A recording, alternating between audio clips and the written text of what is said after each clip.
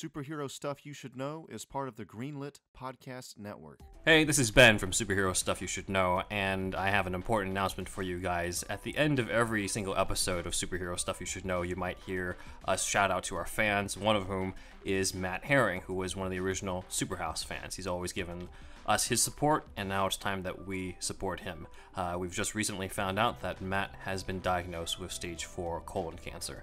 And as a cancer survivor myself, I know personally that there's a lot of emotional and financial strain that comes into that. His wife, Kelly, has set up a GoFundMe account at gofundme.com/f/Matthew-kicks-cancer039s-butt. And hopefully you can help reduce the financial strain to that, as well as some of the emotional strain that comes with that. Again, that's gofundme.com/f/Matthew-kicks-cancer039s-butt. Matt Herring was the first, I guess you could say, true Superhouse fan. We were Superhouse at that time. You know, the first fan of this podcast and what we do here, and has always supported us, talked about us, and he's from a town close to where I'm from, and so we share that as well, and just a huge superhero fan, and, you know, nerd like the rest of us, and now he's going through that, and if you could donate just at least any amount of money to that link that Ben just said, that would be truly appreciated. Just hang in there, Matt. You'll beat this thing soon.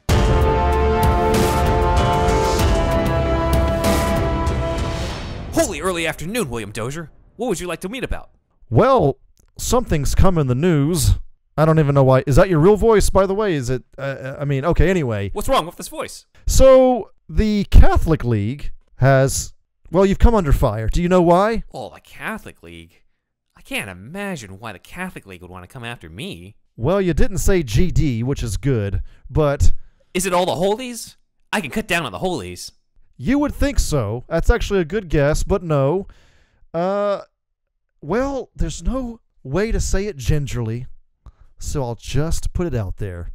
They're saying that your pee-pee is too big in the show, and they want it smaller, actually. Holy blessings from God, Mr. Dozier. This is obviously the best problem to have in the world, and now the whole world knows about it. So, anyway... I don't know if there's anything I can change about that. Well, it's funny. The Catholic League, weirdly enough, has these pills for just such an occasion. And here you go. So take those, make your dick smaller, and call me in the morning. Wait, what did you say? I said take these pills and make your dick smaller and call me in the morning. I don't know if I want to take these pills. Well, you have to. It's maybe reversible, so don't even worry about it. Reversible? Maybe. I mean, who knows? You want to be Robin, though, right? Why can't you just give me Speedos that aren't as tight? We don't have that in budget. You see, those aren't made, but... These pills can't be cheap. These pills, they gave us to him for free. I don't know. I better talk to my wife about this. It'll be fine. Don't worry about it. You can still be Robin this way, okay? So, let me know how it goes, and I'll see you tomorrow morning, okay? Sure. Alright, he's not looking. Let me just dump these. Holy fucking shit. These producers aren't shrinking my dick.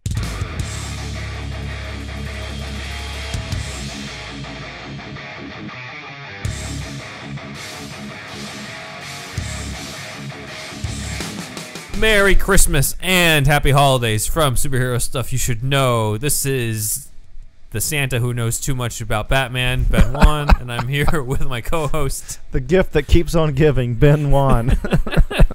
This is Andrew once again, y'all. I keep wanting to say Krypton, but that's it's too long. It's too far. It's in the past now. Say Dick instead. Dick. Burt Ward, thank you for your stories about your marvelous package. Yes, yes. One day we shall meet in the sun.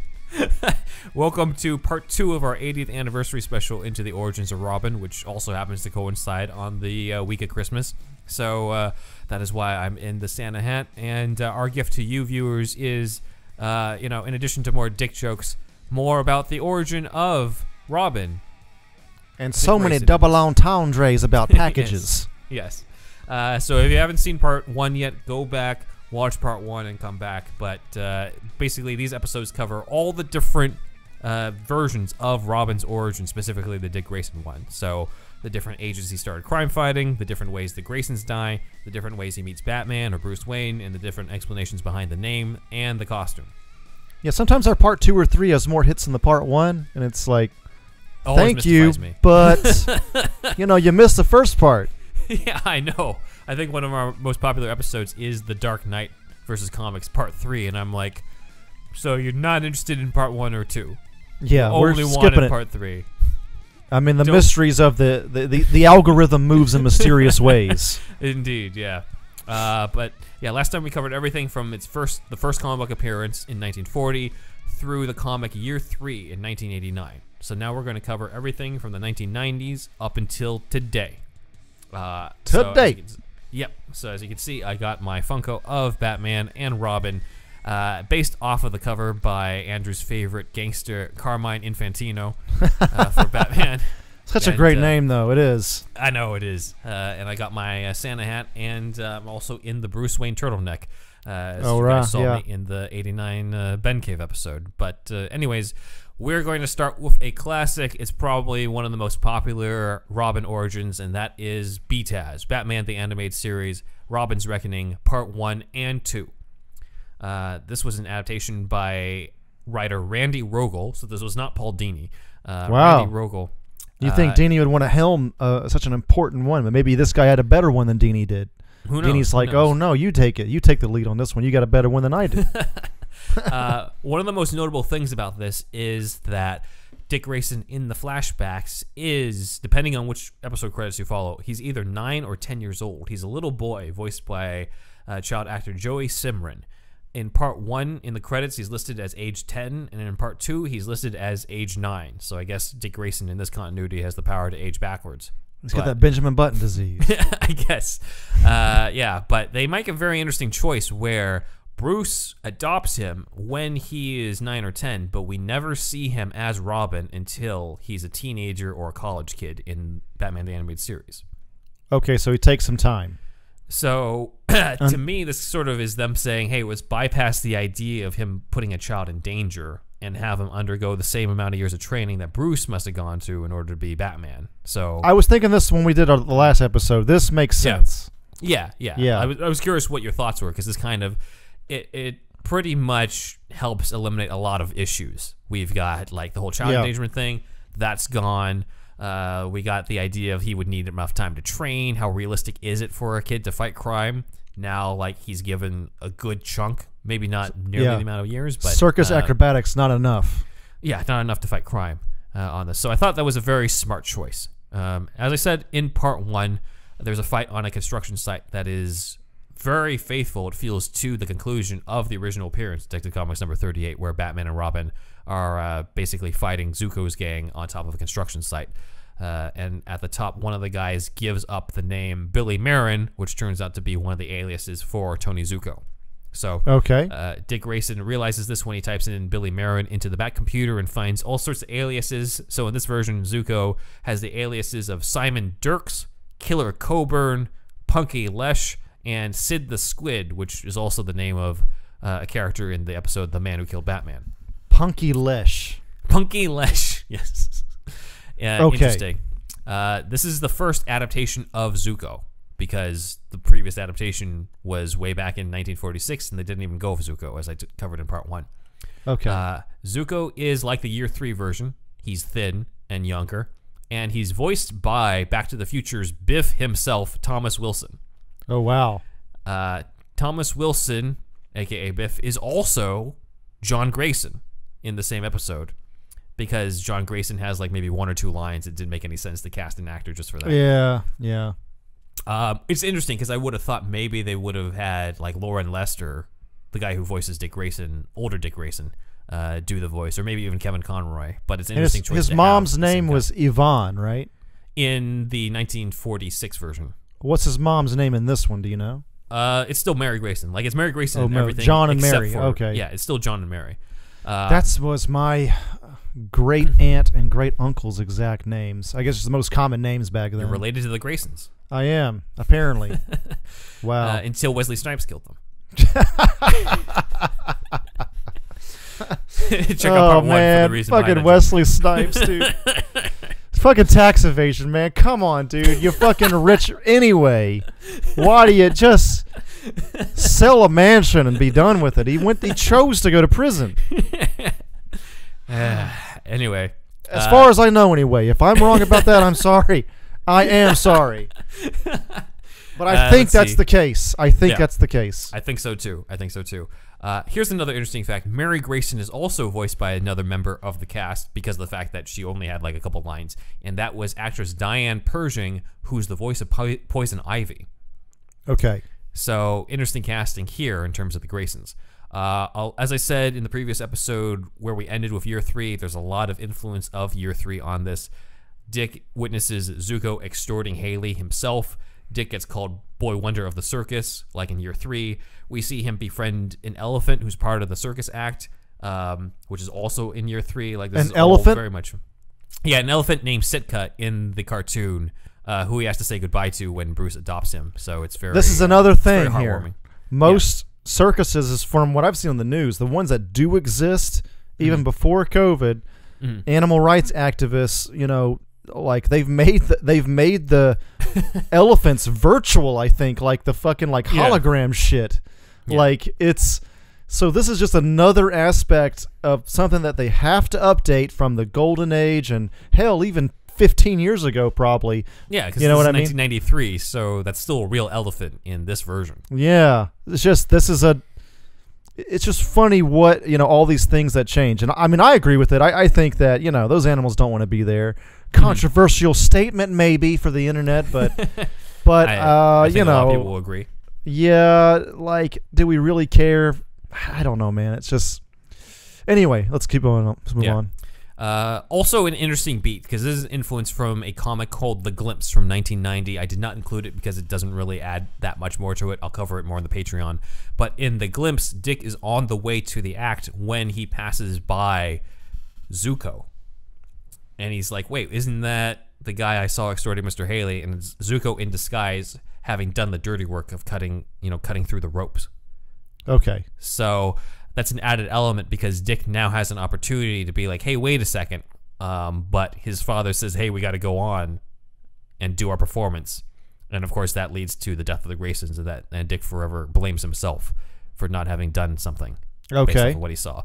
So that's an interesting element to add. That's unique to BTAS. Unique to BTAS. It's seen in The Glimpse, as I said, from a few years before, but they don't really cover Dick's guilt afterwards in that story. BTAS, by the way, is Batman the Animated Series. TAS. So Yes. I didn't know about this until I was at a panel at Comic-Con, one panel sometime, and they were like, it was a BTAS panel. The crew for BTAS is up there. They're like, oh, we call it BTAS. Like the crew themselves call it that. So the animated AS series. So Batman, Taz, BTAS. All right, just get out of the way. I know we talk about it a lot. You know, it's always somebody's first time hearing that. So yeah. Like in Year 3, the ropes are cut. Acid is not used in this version. And because this is network television in 1993, we don't actually see them fall. They did this very well where Dick's watching the rope get more and more frayed, and then you see the shadows go off, and then the frayed rope goes back on screen, and you hear like the screams of everybody, but you never actually see the bodies.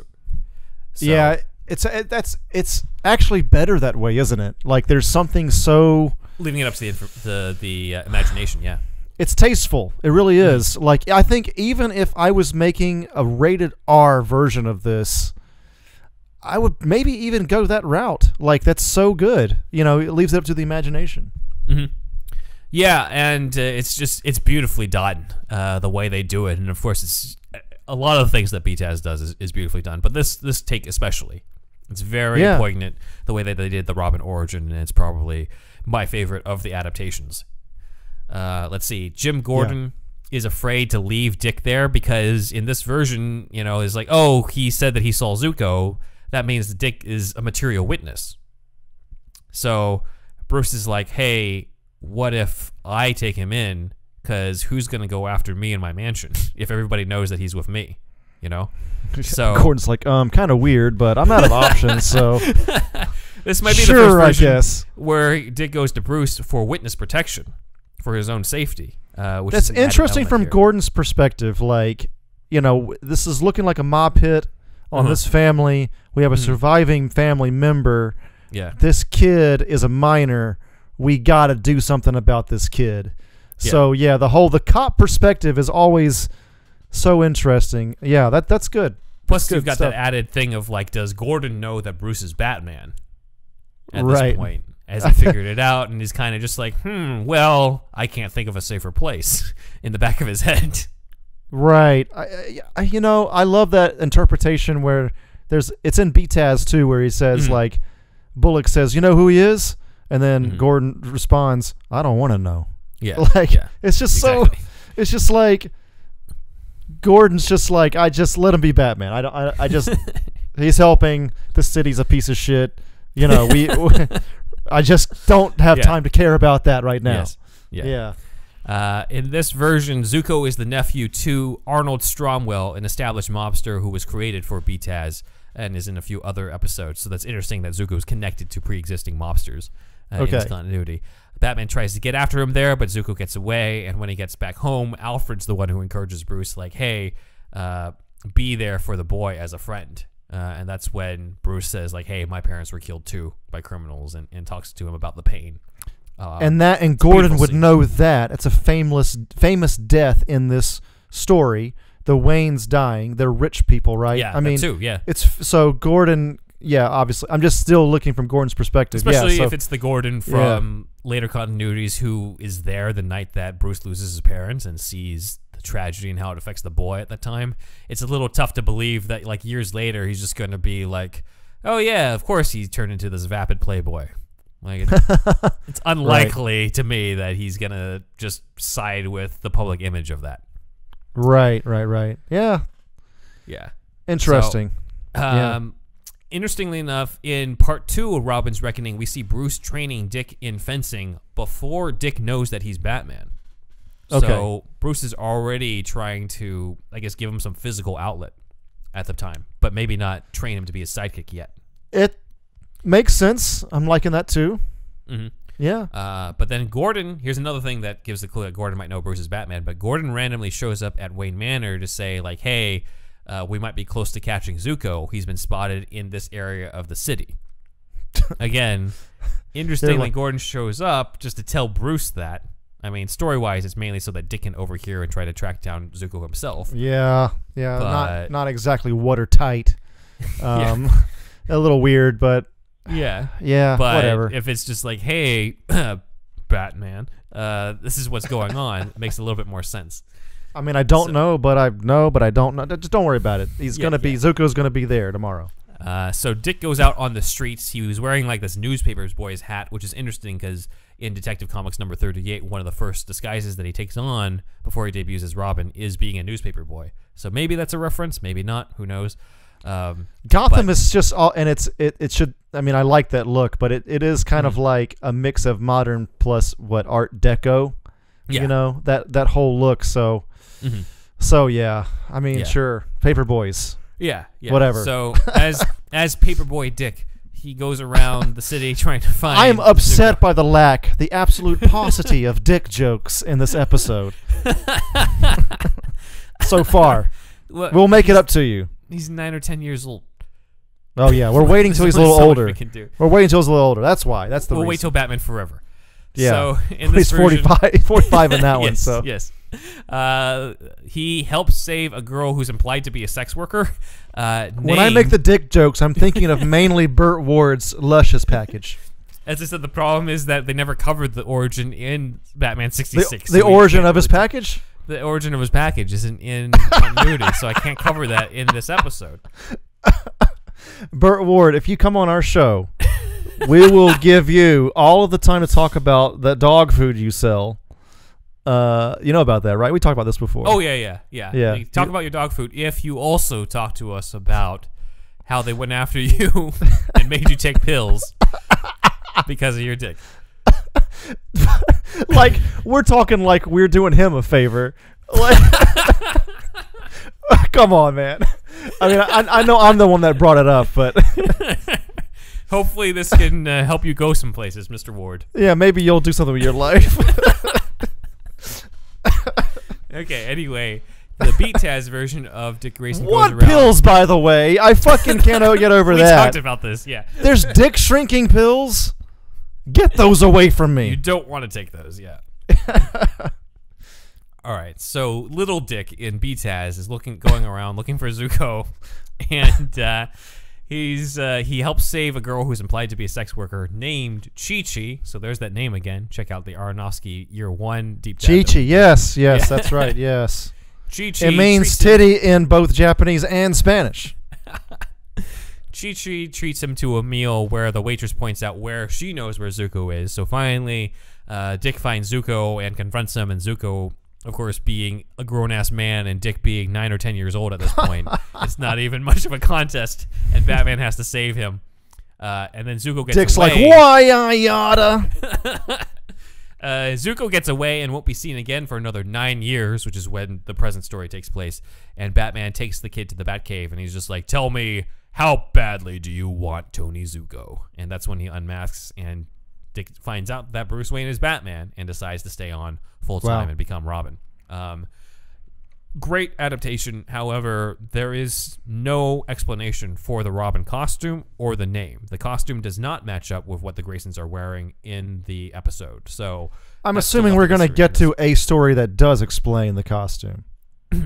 Other than red-breasted Robin, or is that it? Or, pretty much. I mean, we got the whole Graysons wearing it. Oh, yeah, that's right. Yeah. Okay, yeah, that's right. Sorry, yes. So that's the main thing.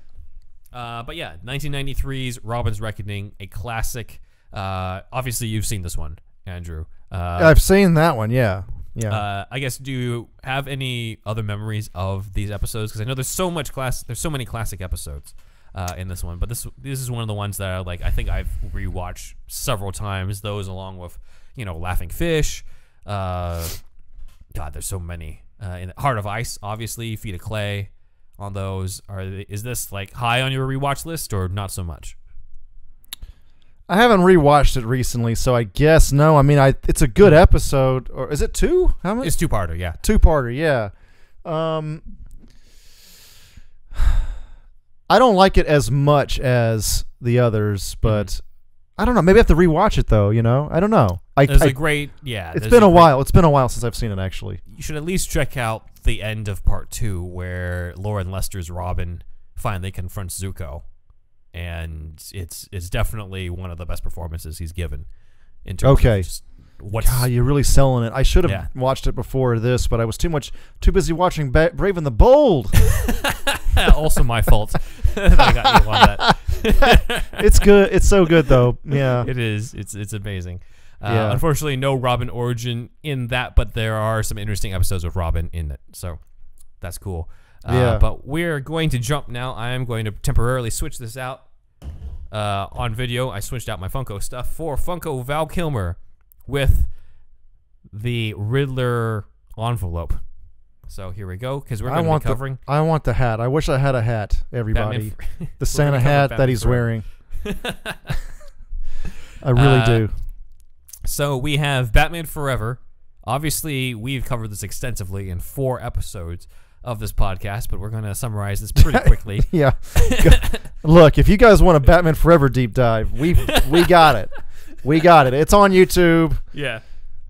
We weren't doing a whole lot. We didn't do video for those, sadly enough, but the audio is on YouTube. It's on Spotify, iTunes. 4 parts. Most popular, some of our most popular episodes are the Batman Forever ones. We interview the gosh dang screenwriters. Yep.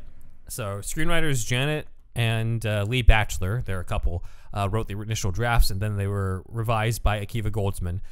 Janet Batchelor even told us in the interview, so check out that interview, that Robin was the reason why she got into Batman comics. Robin was a girl's name, and she felt that she could at least relate to that. She couldn't be Batman, but maybe one day she could be Robin. It's representation, right? It's weird. Like, Robin is... I know he's not a minority, but, there's all kinds of ways for representation, Mm-hmm. So, I mean, what do I know? I'm a white dude. But it seems that way as far as what I can gather. Yes. Yeah. So various changes from the Robin origin that had been established at the time. So first off, Dick Grayson is older than he is in the comics. He is not 10 or 9 or 12. He's 45 in this version. No, How old is he supposed to be? He's 17 years old in the script. 17? How old was he in the movie? Was 25 when he was shooting this. We joked that he was 20 25 in the 90s, though. That might as well be 40. John and Mary Grayson are shot down by Two-Face, but not just them, but they gave Robin a brother in this who is named Chris in the script, but seems to be named Mitch in the movie, probably so he's not confused with Chris O'Donnell. Yeah. It was written before they cast. Yeah, the brother was added because the screenwriters, the Bachelors, had an assistant, as they told us in the interview, who worked at the circus and said that realistically, trapeze artists would have more than just 3 members. They would have a whole family. So they gave an extra sibling in there, which makes a lot of sense, honestly. That was the Bachelors, the screenwriters of Batman Forever, the ones tasked with bringing the first since Burt Ward, like live action Robin. Yeah, like. It's been a long time, and they have an actual circus performer, trapeze artist friend to help them out with that part of it. So I thought that, honestly, that was one of the more interesting parts of that episode for me. Yes. But check out more details of that check out our channel. I think it's called The Truth Behind Burton's Batman 3, where they tell us what really happened in terms of how they got hired to write Batman Forever. And how many people have trapeze artist friends, and they're writing fucking Robin?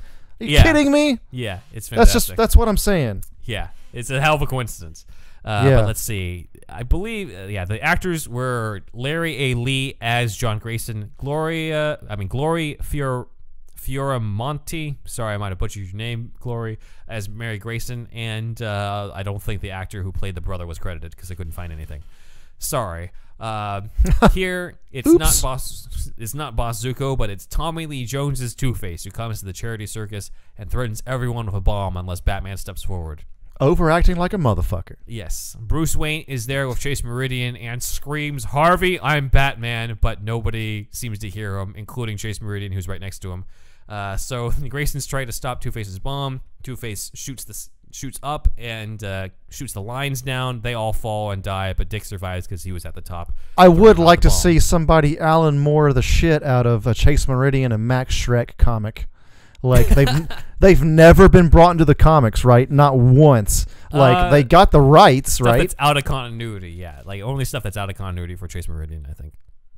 Oh, okay. Well, there was one comic from the Legends of the Dark Knight from the digital comics that had her in it, but it's Max Schreck not once. Max Schreck not once, yeah. Not even once. Are you kidding me? Does what's his name have a special deal with Warner Brothers? Like I just don't. You just hardly ever see that they don't bring Warner, back. Give me some of the rights, Max Schreck. Give me something. I don't know. Probably because it's a similar thing. Because when they brought Chase Meridian into the comics, she looked very different. She was not blonde. She was multiracial, I think, because they did not have the rights to Nicole Kidman's likeness. So if you're going to bring in Max Schreck, but he's not going to look like Christopher Walken, there's kind of this cognitive dissonance there. They change looks all the time, though, don't they? Like, I don't know. I just feel like... Yeah. I mean, maybe they're too ancillary at this point. Like, who gives a fuck? But, I don't know. They always bring back characters, it seems like. We got Crazy Quilt to come back, didn't we? Scott Snyder fucking brought back Crazy Quilt. We can't get Chase Meridian and Max Kite Schreck. Man, Tom King redoing Kite Man. Are you like, come on, dude. Harley Quinn, yeah. Yeah, like, they bring back all these characters, so I don't know. Yeah. Totally. Let's see. Bruce obviously invites Dick to stay at Wayne Manor, where he adopts this 45-year-old who, for some reason, needs to be adopted. Dick is set on leaving to track down Two-Face and kill him, but eventually stays and ends up finding the Batcave, as we talked about, and that's actually closer to the original Jason Todd's discovery of the cave rather than any version of Dick Grayson at the time. So one could argue, in some ways, a combination of that, plus having Two-Face kill his parents and his rebellious nature, that Chris O'Donnell's Robin is kind of more of an adaptation of Jason Todd than of Dick Grayson in some ways. They put a little bit of Dick into Jason Todd for 45-year-old Chris O'Donnell. Yes. For Batman Forever. Yes, they did. Yeah. Okay. That's what I'm saying. They put a little bit of Dick in Jason. So, just the tip. So he wants to become Batman's partner. Maybe we'll get tired of it at some point. I don't know. I can't guarantee the listener that really at all, though. He wants to become Batman's partner and uses his old circus outfit when he saves Bruce Wayne. So we do have the whole idea of the Robin outfit kind of being modeled after the Flying Graysons. But as I said, it's a little bit more excusable in this version because the Robin outfit, which I'll show here for our YouTube viewers, looks very different from the usual Robin outfit with rubber nipples and all. Burt Ward didn't even need that accentuation that he has. No, he did not. Yeah. Let's see. Robin comes from the name that his father nicknamed him when he saved his brother and quote-unquote flew in like a robin and thus has the red robin outline of a bird on his biker helmet. So this is actually around the same time as another comic I'm about to go into that has a family explanation behind the name of Robin, but this is one of the first times that the name Robin is connected to a nickname that a family member has given him.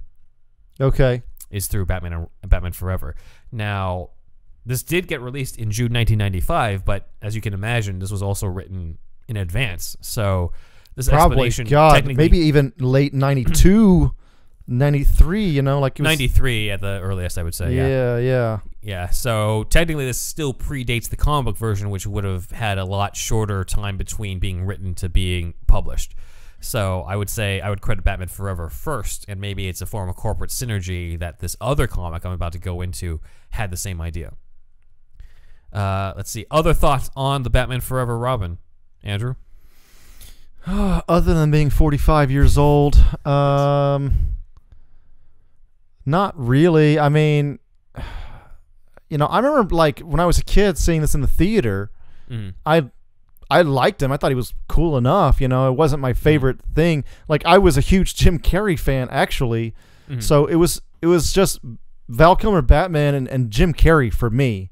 That was like the top two reasons to see this movie. For when this movie came out in 95? 95, yeah. I was 11, okay?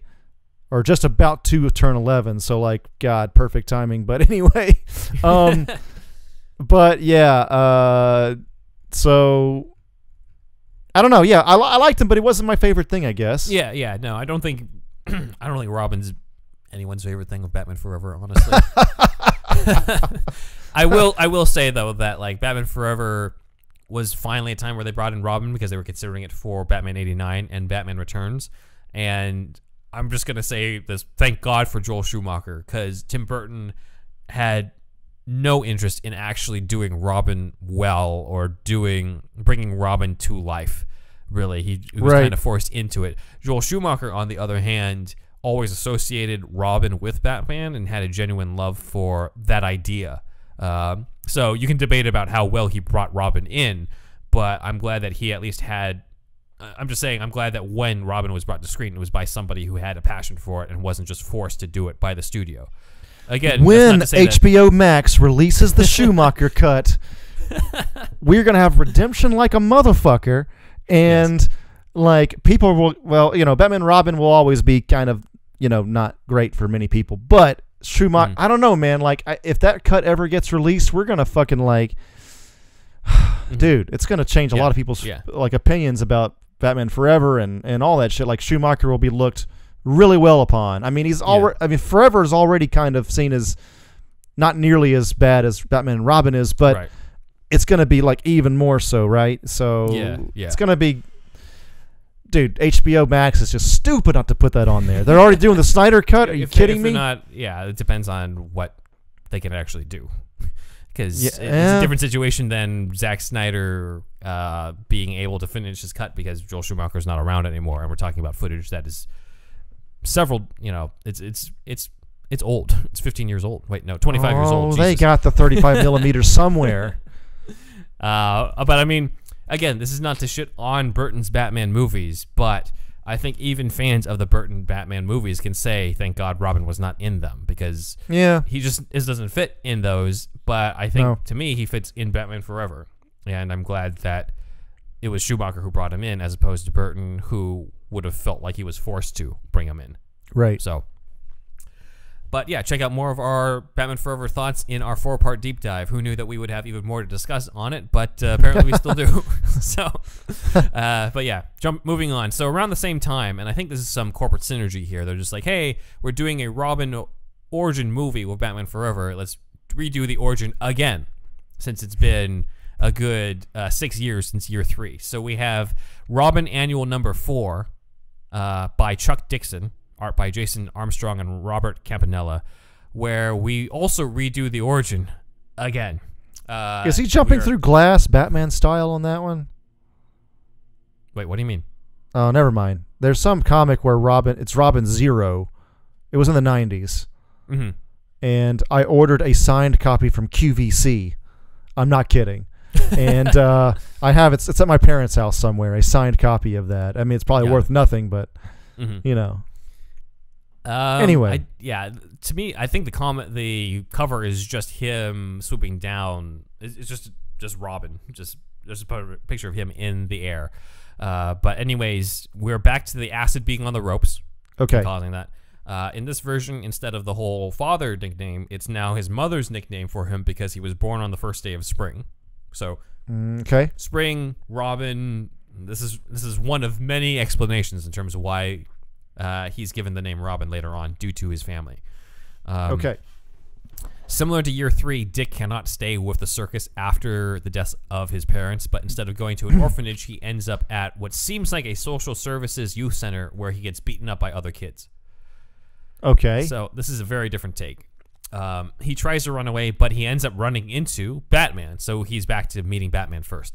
Batman tells him, you know, I have a similar story to yours when I was young, sort of thing, sort of hinting that, you know, my parents were also killed. And he promises that he won't be there for long, but he does say, like, hey, the cops were wrong about your parents. So here's an interesting twist here. The cops ruled the death of the Graysons as an accident because they couldn't find any evidence that the ropes were cut. And Batman was like, there was no evidence the ropes were cut because they weren't. They were burned off by acid, and the cops weren't looking for that. So he's already figured that out. Couldn't they say that the ropes are burned, though? Or no, maybe it leaves no trace, I guess, on... I don't know. Okay, all right, we'll let it go. I have not studied the effect of acid on ropes, believe it or not. It just looks like a frayed, maybe, from acid effects on it. Yeah, something like that. Maybe. Yeah. But yeah, Dick ends up getting Bruce as a foster parent. So once again, Alfred picks him up like in year 3, and Dick ends up meeting Bruce, who brings up how his parents were killed too when he was a young boy. However, where year 3 has Bruce immediately be like, so you want to fight crime? Here's my Batcave. In this version, come Bruce, on in, Dick. Does not reveal his secret identity. So Dick Grayson is kind of just like, I don't know why this guy adopted me. He's barely around. So, what year is this? This is in the comics, right? What year? Year in our world, or no, in real life, 1993, 1995. This is the same year as Batman Forever. Oh, okay, yeah, gotcha. Okay, yeah. So Dick's like, all right, whatever. This Bruce guy doesn't pay any attention to me. So he sneaks out on his own to visit the circus, where Haley of Haley's Circus is getting threatened by more mobsters about paying up, and Haley ends up getting shot to death in front of him. So this is the death of the owner of the circus, and Dick tries to go after the killers when he gets saved by Batman. So Batman shows up, takes him to the Batcave, and he brings up that he needs, in order to investigate the death of the Graysons, he needs someone on the inside, someone who is part of the circus, because he believes that this was an inside job in terms of who killed the Graysons. So that's interesting. And so to gain his trust, he brings Dick up from the Batcave into Wayne Manor, and then takes off the mask and reveals that he's Bruce Wayne, which subsequently makes Alfred walk in, notice what's happening, and spills his tray.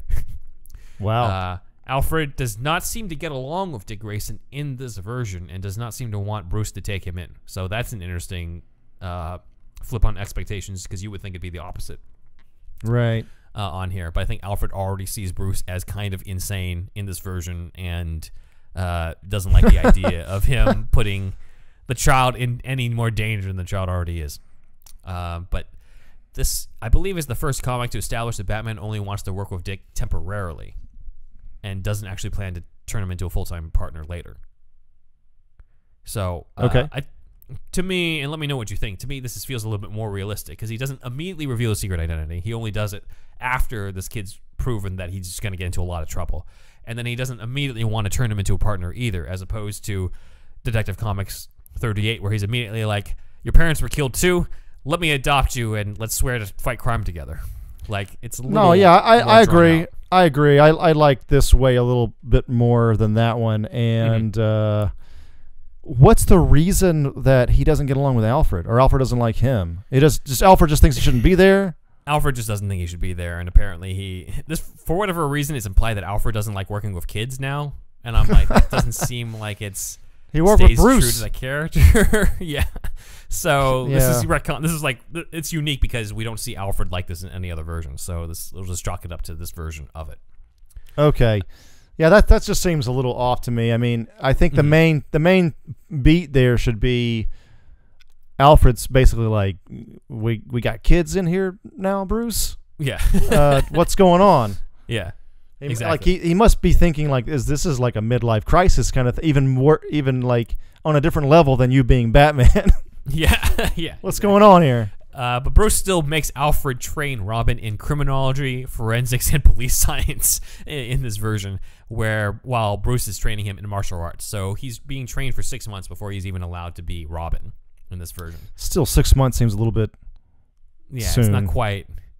I think they're still trying to have, because remember, this is still main continuity.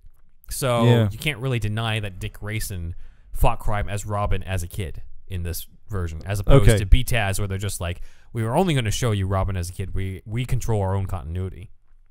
They ever go into like Dick being like sleepy at school, like he's I'm sure there's stuff, like fighting crime at night and then asleep in class.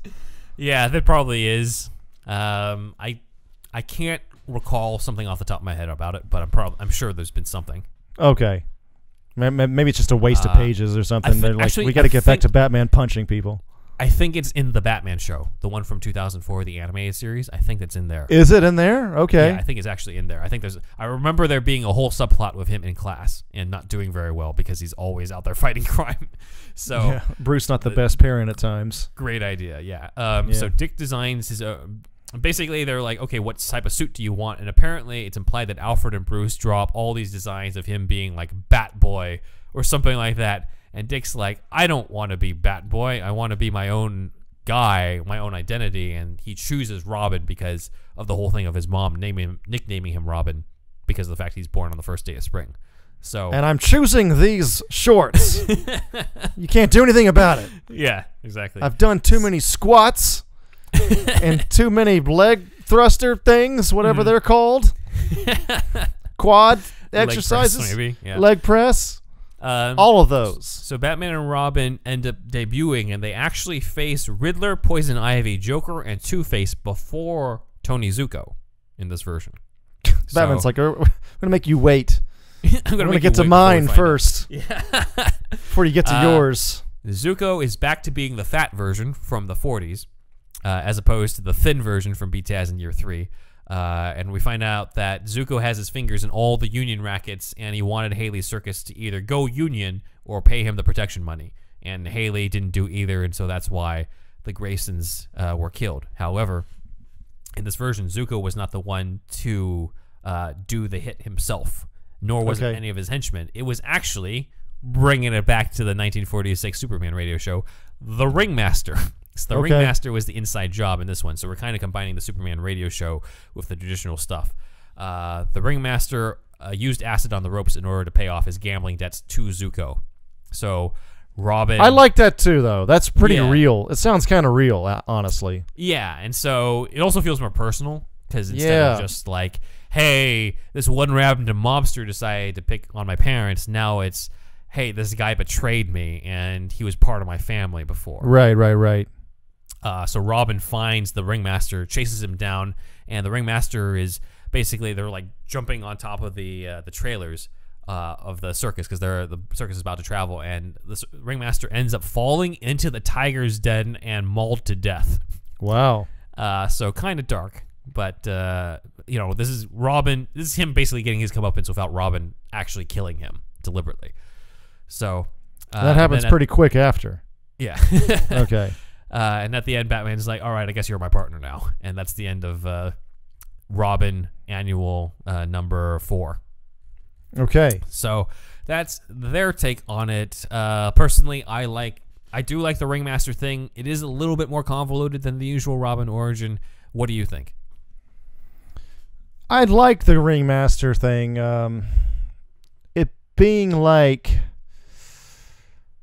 I assume that a lot of the circus is like functions like a family, even outside of just the Graysons. Mm. And to a circus performer, I could be wrong, but like the Ringmaster is a father figure to the rest of them.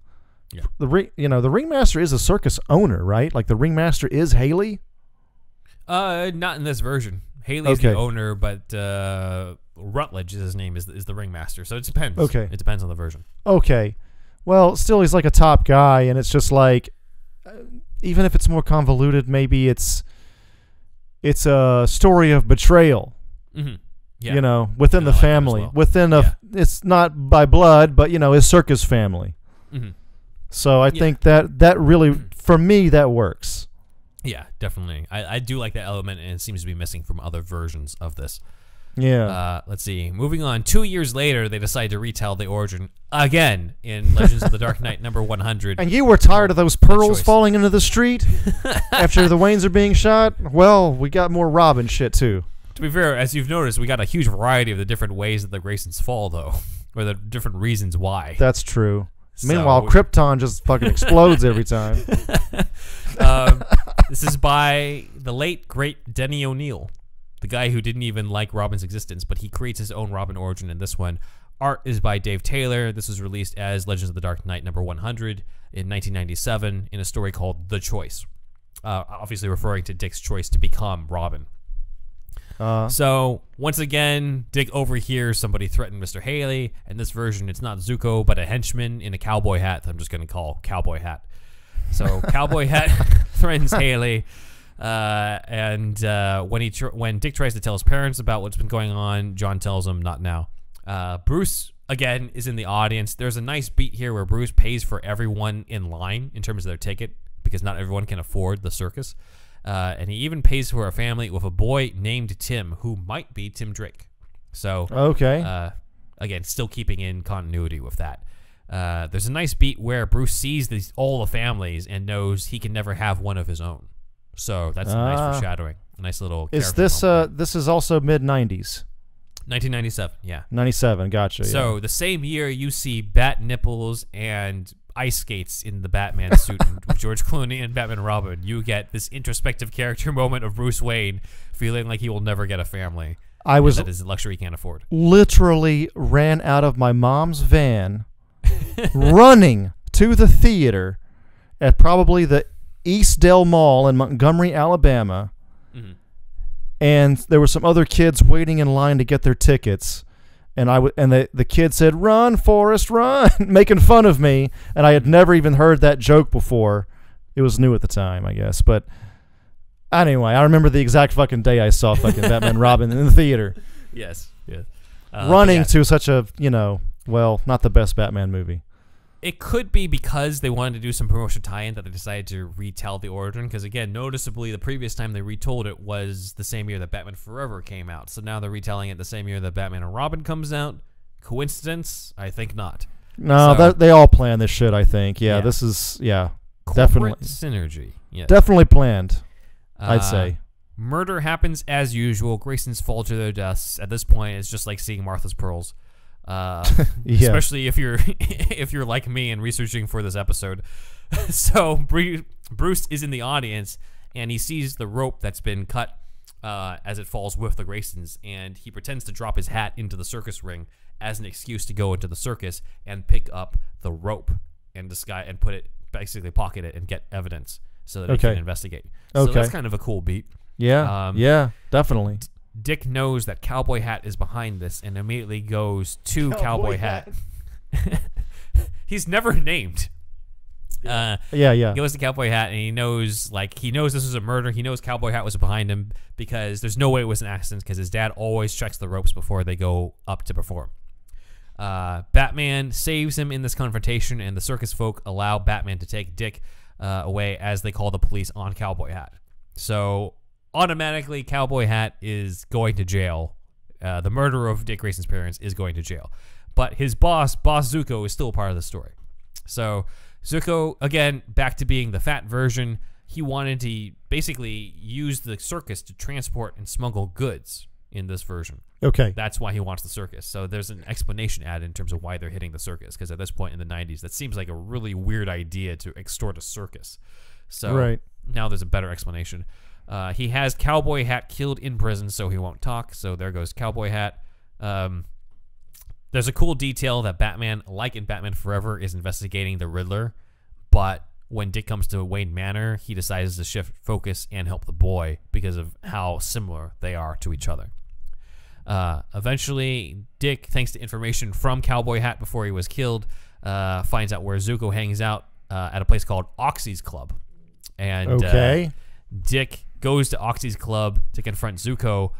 There's a fight that ensues, and Dick basically climbs up to the roof. Everybody tries to go up and chase him up there, but Batman takes out all the other thugs, basically leaving Dick and Zuko to confront each other on the rooftop. And as Dick is trying to get justice for his parents, Zuko collapses and dies of heart failure in this. I feel like I've heard this before. There's a reason why this sounds familiar, and those who are listening to this who have not read Legends of the Dark Knight number 100 but have read Dark Victory by Jeff Loeb and Tim Sale are finding this very familiar, because this is actually what Jeff Loeb based Dark Victory's origin on. Okay. Maybe I read that. I can't fucking remember what I read and what I watched. I don't fucking know. Yeah, Although I remember where I see movies. I remember every movie theater I've seen a movie in. Like, I could tell you the movie theater I saw Jurassic Park in, but I don't remember other shit. Gotcha.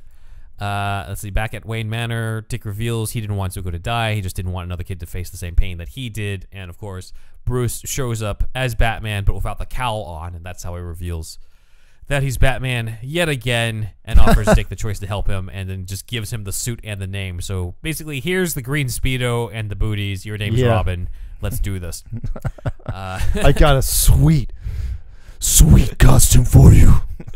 There's an interesting beat that ends the story where Bruce says he'll be his mentor, his teacher, and his partner, but I won't be your father, is what he tells him. Wow. Well, okay, so, yeah. That's honest, though. Yeah. So that's honest. No kid wants to hear "I'll be your new father" when your fucking father was just fucking killed. Yeah. Just died of any. Part of that is maybe Bruce also doesn't want to cross that level of intimacy yet.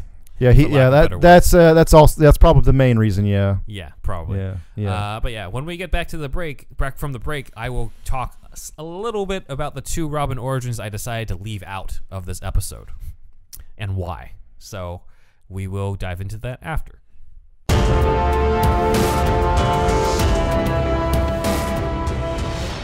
My name's Jeff L. Hi, Jeff L. I'm Nightwing. Hey, man. So I was wondering if you wanted to go fly over to one of them there planets over yonder way. I guess I could if you got like a spaceship or something for me. No, man, you're Nightwing. Come on, let's do it. I know it's Nightwing. Oh, you think... No, I'm not that Nightwing. It's a little confusing, I understand, but... There's only one Nightwing, man, and you are him.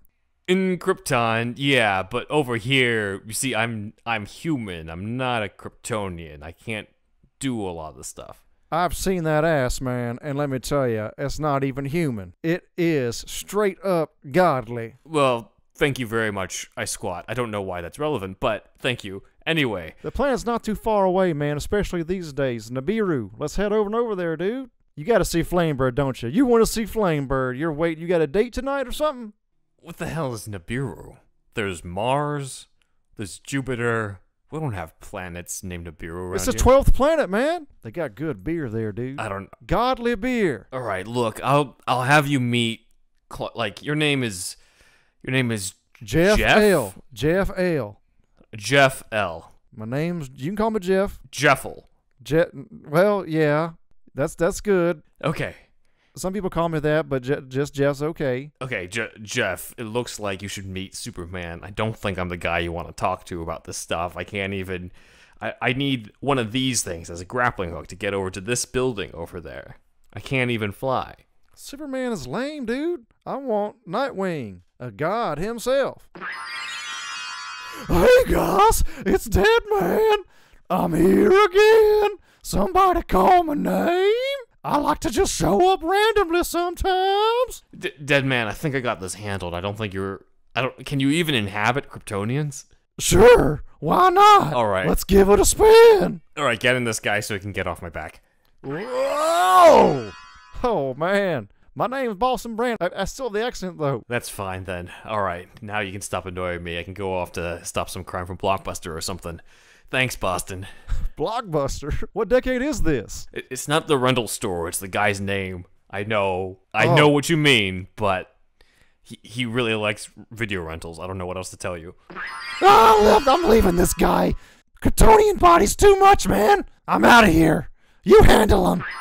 Boston, wait. That ass is straight up godly. All right, everybody, if you like that sketch right there, we have that plus news, plus we're bringing back some opinion pieces and review type stuff and all kinds of stuff in our $5 tier on Patreon. So just go to patreon.com/superherostuffpod, and if you become part of the $5 tier, you can see these new bonus episodes. Basically, consider it Superhouse DLC. Oh? It doesn't matter who I am. What matters is that you're listening to Superhero Stuff You Should Know. When this episode is ashes, then you have my permission to die.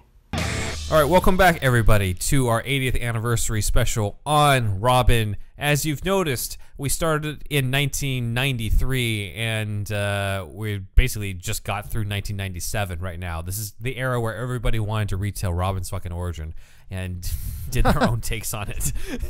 So, I got one. Notice how we had that. I got from one. 1946 to 1989 in the last version, and now it's just like, yeah, 1993, 1995, 1995, 1997. Yeah, now we're 1 hour in, so like it's Still no it's pants. ridiculous. Still no pants, and I don't think he's ever going to get them, at least in these retellings. Okay. But yeah, as I teased before the break, there are two Robin origins I decided to leave out, partially due to time, because again, this was already a two-parter as it is, and we're already close to an hour into this episode, and also due to the fact that they do not fit as well into the Evolution episode as I had hoped. However, they are two very popular Robin origins, so I have to at least acknowledge them. One of those is the one I mentioned earlier, Dark Victory from 1999 by Jeff Loeb and Tim Sale, one of the most popular Batman stories, and it seems crazy, but I did not include it because Dark Victory, bold statement, adds little to the Robin origin that we did not already cover. It is mostly... That part's not probably not that controversial. In right? terms of it adding little to the... Well, Yeah. I mean, a lot of people see it as like, this is a great way to bring Robin into Batman's world. I'm like, it is, but Dark Victory is mostly a retelling of the versions I already told you. Legends of the Dark Knight number 100 Yeah. has some of the same stuff. It has Cowboy Hat is in both Dark Victory and Legends of the Dark Knight Oh, he 100. brought all that shit, huh? Dick Grayson saying it wasn't an accident because my dad checked the ropes. That beat is from that comic. Right. The Oxy's Club gets turned into the Ox Club in Dark Victory, but it's still the same fucking thing. Yeah. Zuko wanting to use the circus to transport goods is from the same comic. Zuko getting chased up to a rooftop and dying of a heart attack is still from that comic. Is Dark Victory known to be like one of the better Robin origins? Like people know it as a Robin origin? Well, it's probably one of the most read. It's definitely more read than the others. If you were to ask people what are like the top Batman stories I should read to get into it, they would tell you Year One, Long Halloween, and Dark Victory. Probably add in like Dark Knight Returns and Hush and all the other big ones and stuff. But like Dark Victory is up there. But the thing is, Dark Victory It's is top popular 5. as it is. Yeah, as popular as Dark Victory is, and it's still a good story. But for what our purposes, it doesn't really add much that we didn't already see, because So it's mostly can- a retelling. We can go back to talking about Burt Ward's dick. Yeah, exactly. Just the same way that Long Halloween actually added very little to the Two-Face origin. Again, a lot of people are going to kill me for that, but read the story Eye of the Beholder. You will see how much the Long Halloween took from that.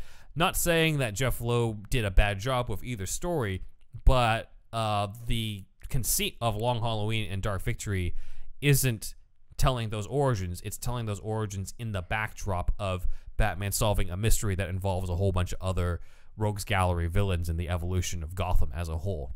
It's not really Two-Face's origin or Robin's origin that is the main, I guess, reason why, in my opinion, those stories have their own flavor to them. So, and again, They suck. Let's move on. they don't suck. But I might find them a little overrated, but I still like them. People credit Dark Victory for the perception that Batman adopts Robin in year 3, as opposed to year 3. But the thing is, Dark Victory does not actually take place in year 3.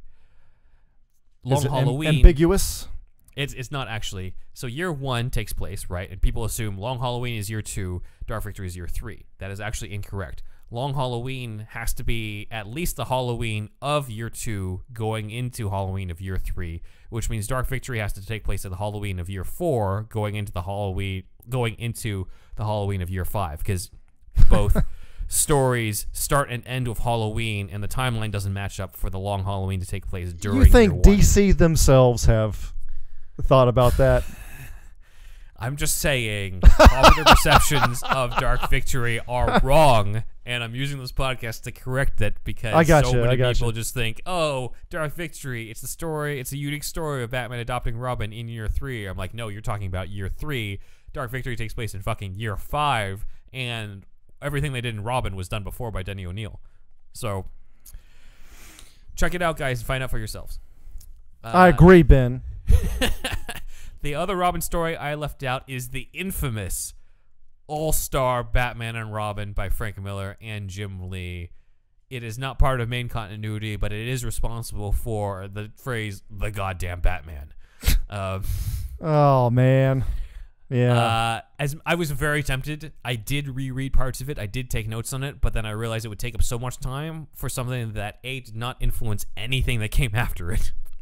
2, is so hilariously bad, we should probably do our own episode for it. And 3, it's not a complete story. It was never finished. So The Frank we don't Miller even one? know, yeah, the Frank Miller one. Frank Miller's All-Star Batman and Robin was never finished. I did At not least know of that. this I thought recording. Frank Miller just seems to be like anything he would do, they'd have They just stopped ending working in on mind. it. That's And weird. There's no ending to it. There's no explanation behind. Cause just real quick, Joker is responsible for the death of the Graysons in that version, but there's no explanation why, because he didn't get to explain it. So it's hilarious in a bad way. We'll probably do our own deep dive into it separate from this, but I'm not really including it as part of the origins. Is that a bold statement on your part? You're gonna make a lot Not of really. fans sad. A lot of fans don't like it. I haven't read that. I'm sorry. If anything, Dark Victory statements have already lost people, probably. So Dark Victory sucks. No. again, not saying it sucked. I'm just saying it adds little. So going into the ones that did earn their spots on my list is, and people are going to go nuts because I left off Dark Victory, but I'm including them. The Batman cartoon. From This list has a certain purpose, though, so we're not listing all best Batman shit. This is Robin's history, so yes, it makes perfect sense, Ben. The Batman had an episode that was covering Robin's origin called A Matter of Family, written by Michael Jelinek, and was premiered in 2006. Evan Sabara was the voice of a young Dick Grayson, but, and here's Evan Sabaro, the, of course, pizza tycoon. This guy, yes. The mall Decided pizza tycoon. He wasn't making enough on pizza, so he became Robin instead. Sabaro. Yeah. Them shits are still in malls, dude. I can't believe it. God. Okay, so here's some cool casting that they did. John Grayson was Kevin Conroy. Okay. And Mary Grayson was voiced by Grey DeLisle, who would go on to be Catwoman in the I know Arkham I said I games. wouldn't do this, but fucking Kevin Conroy is Phantom Stranger in that Spectre episode? Oh, yeah. Okay, yeah. I was like, what? What's going on here? Okay, sorry. Yeah, no. I deliberately didn't give away the full cast of Chill of the Night. He's talking, for everybody who's tuning in, check out Brave and the Bold, Chill of the Night. It has Adam West and Julie Newmar as Thomas and Martha Wayne. Richard Mole, who is the BTAS Two-Face, is the voice of Lou Moxon. Mark Hamill is the Spectre versus Kevin Conroy's Yeah, that's Phantom right. Stranger. I'm like, is that fucking Mark Hamill's the fucking Spectre in it? It's fucking Conroy versus Hamill, but as Phantom Stranger and the Spectre, plus Adam West as Thomas Wayne. So it's amazing. Other thing before we go back to real story. Yeah. they're all pretty much one-shots, right? So you can skip around on Brave and the Bold. Oh, yeah. Right? Yeah, So pretty feel much. free to go straight Yeah. to Chill of the Night. Yeah. You're fine. Yeah, exactly. I can't really think of. I mean, sure, it might pay off a little more when they introduce certain characters beforehand, but like whatever. It is still the first time you see Phantom Stranger and the Spectre and Lou Moxon and everybody, like all the people unique to that. But not the I first like time you see those. the Rogues I like Gallery. those like Justice League Dark characters. Phantom Stranger, Spectre. Mhm. Great stuff. He's also in the opening to Gorillas in Our Midst, which is like also in season 2. So he's in the cold open to that. If you want Nice. to check that out. Okay. But yeah, Kevin Conroy is John Grayson, and Boss Zuko is Mark Hamill in this. Well, So, goddamn. Joker technically succeeds in killing Batman and Catwoman in this, since Greta Lyle, aka Arkham Catwoman, is Mary Grayson. So that's interesting. In this version, John Grayson is not just the top acrobat, but also the circus manager. So Zuko, okay. Zuko Okay. directly extorts him, as opposed to Dick overhearing him extorting the boss. You know what I mean? So Right. it makes a lot of sense here. Zuko is back to being a thin man, but he's given an interesting backstory where he used to be in the circus himself as a knife thrower, and his henchmen consist of his brothers, who are a strong man, a lion tamer, and a juggler. I wonder if it was like, especially back in the day, I wonder if it was like really easy to fudge the books on like traveling circuses, because they do travel. And I don't know. we thought about this expenses. way too much at this point, but like Yeah. they're fucking like accounting books probably.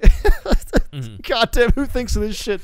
But the Haley Circus accounting books are probably very easily fudged, hence a valuable asset to the mob. I don't know. Maybe, Yeah. That's what I'm saying Or here. could also just be Zuko wants to take over another circus because he grew up in one in this continuity. Who Oh, knows? okay. Well, that's simpler, I guess. I love overthinking, Ben. In this version, Dick Grayson calls 911 while Zuko is threatening to extort the Graysons, and Batman intercepts the call and shows up to save the Graysons from the Zukos. Okay.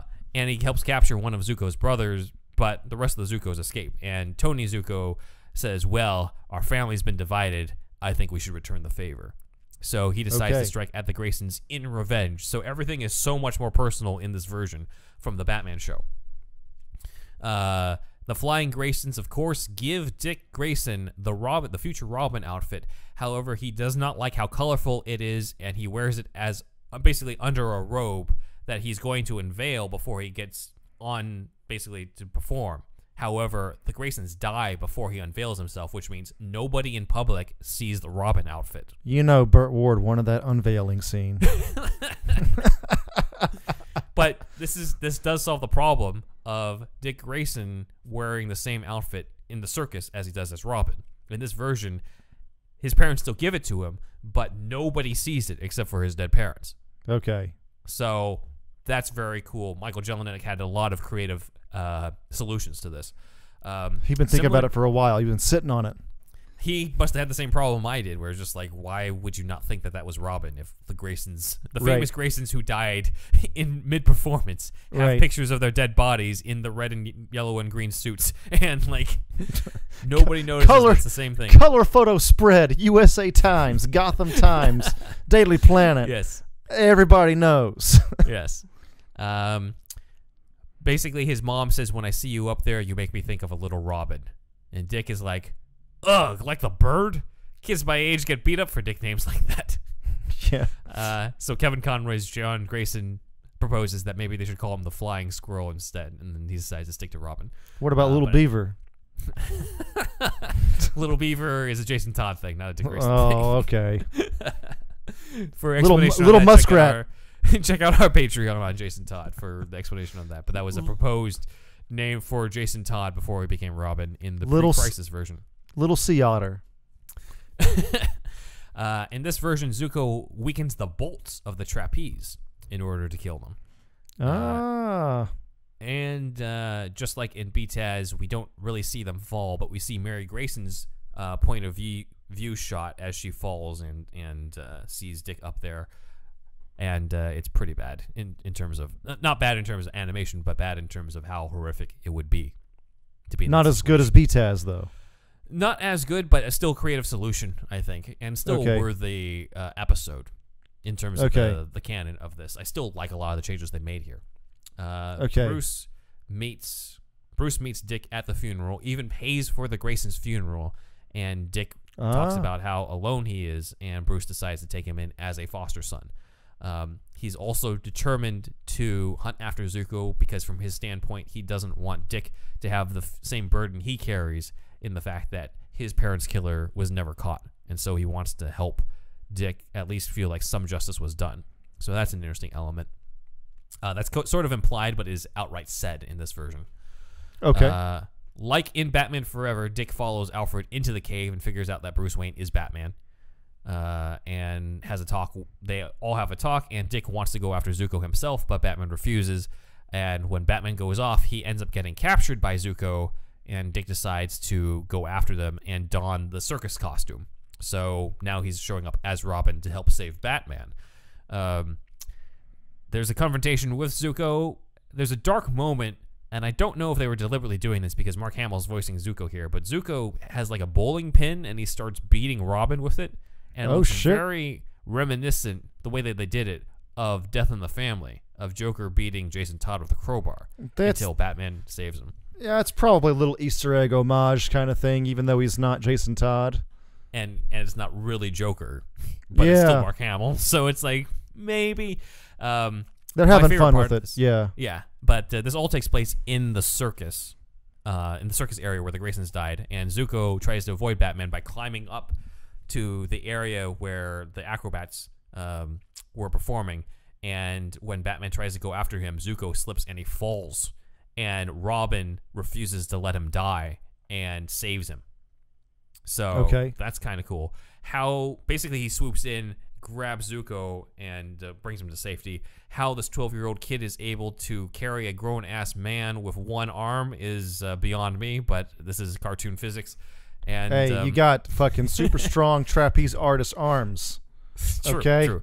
This is a kid that's been training a long time. Although if the guy's like 300 pounds, maybe not. Is it fat guy? Thin Zuko. No, it's a thin Zuko. Yeah, I actually buy it. I do buy it. All right.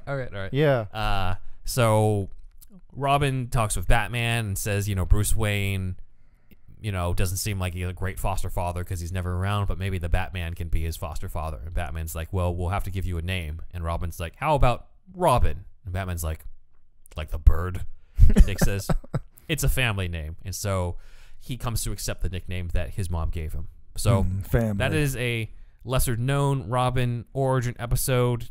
Yeah, it doesn't have the same artistic, reputation as Robin's Reckoning, but I'd say it's a pretty solid addition to our episode here. What do you think? Yeah. So what I keyed in on, I know this is like weird, but what I keyed in on maybe the most was it was the bolts, not the rope itself. Yes. Okay. Again, I know we're getting so granular, but that's what this podcast is, right? That's what this podcast is. So I maybe actually like that more, maybe because God, the timing of getting the acid to fucking burn the ropes just enough so you can get them to swing on it, get on it, and then fall. It's just like. Then there's again, there's an alternate universe where the acid didn't burn in time, and so Zuko's in the audience, and it just doesn't work, and he's like, "Fuck." It would take like somebody that really knows acid and those ropes. Like, I don't know. I mean, of course, we're just really breaking it apart now, but then again, you got like, how do you time loose bolts? Yeah, dude, I don't know. There's somebody out there, or Ben, DC hire Ben to write this. A new Robin origin where this is really honed in on. Like you really like somebody that knows the exact timing of how to loosen these ropes exactly when they want it to. You know what I mean? The Clock King was a part of this. The Clock King. Yeah. Something, man. Like now you'd probably have like a fucking like app connected to an auto screwer, and then the fucking the guy in the audience goes boop, and then the guy people they fall down. The smart app version of the deaths of the Graysons. I mean, fucking something, man. I don't know. It's just Yeah. It just I think the timing is so. There's also another version. I'm not gonna let it ruin the fucking story for me. I don't let it get that far. I don't care that where he much. puts the acid on the ropes, and then the circus people catch it in time. Are like, "There's acid on the ropes. You can't possibly perform." And then they're like, "All right." And then Zuko's like, "Damn it! I almost died, man.